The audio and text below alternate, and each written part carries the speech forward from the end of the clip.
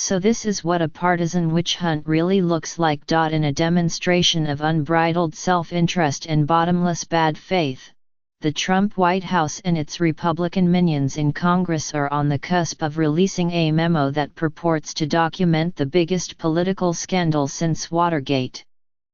To pull it off, they are undermining the credibility of the law enforcement community that Republicans once defended so ardently, on the noble-sounding claim that the American public must know the truth. Don't fall for it. Reports suggest that the 3.5-page document produced by the staff of Representative Devin Nunes, our White House, who somehow still leads the House Intelligence Committee despite his own record of shilling for President Trump, and who is supposed to be recused from these matters, has nothing to do with truth or accountability.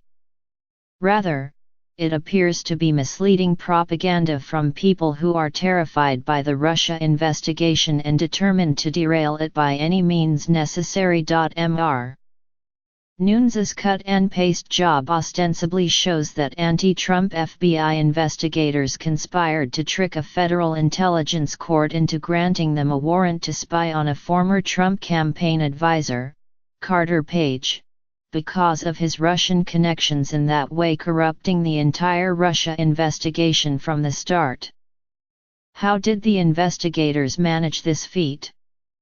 By relying on a dossier prepared by a former British intelligence agent, Christopher Steele, but hiding from the court that Mr. Steele's work was being funded by Democrats, including Hillary Clinton's campaign, and thus was hopelessly biased. There's so much deception and obfuscation going on here that it's hard to know where to start. First, Mr. Nunes and his fellow Republicans have treated the dossier like the Holy Grail for the Russia investigation, but it didn't reach the FBI until the inquiry was already underway, prompted in mid-2016 by suspicious contacts between Russians and George Papadopoulos, a foreign policy advisor to the Trump campaign.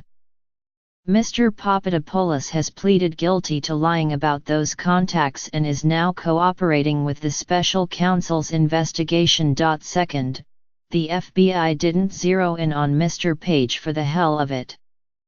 He has been in the government's sights since 2013, when investigators learned he was being targeted for recruitment by a Russian agent. To obtain a warrant to spy on someone like Mr. Page, an American citizen, investigators must show probable cause that he is working as a foreign intelligence agent. This would require reams of documentary and other evidence gathered over the years, of which the dossier would have been only one part. In addition, the 90-day warrant for Mr. Page has already been extended at least once, which means investigators had to show the intelligence court new information, beyond the dossier, justifying the basis of the original warrant. Third, even if Mr. Nunes shows that investigators did not tell the court who financed the dossier, which originated as a Republican-backed effort during the primaries, that is hardly a scandal.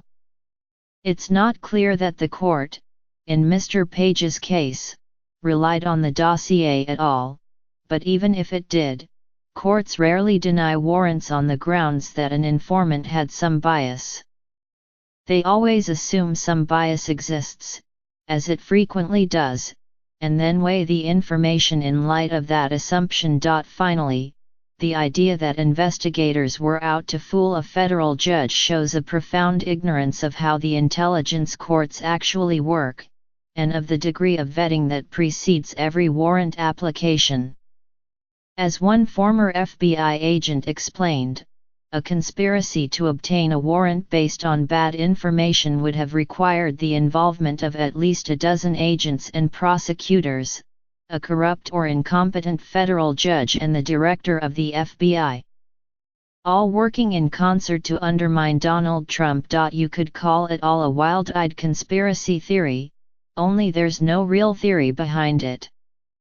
Instead, there's a mad scramble to set off this latest smoke bomb, despite pleas to not do so from, among other people, Mr. Trump's hand-picked FBI Director, Christopher Wray.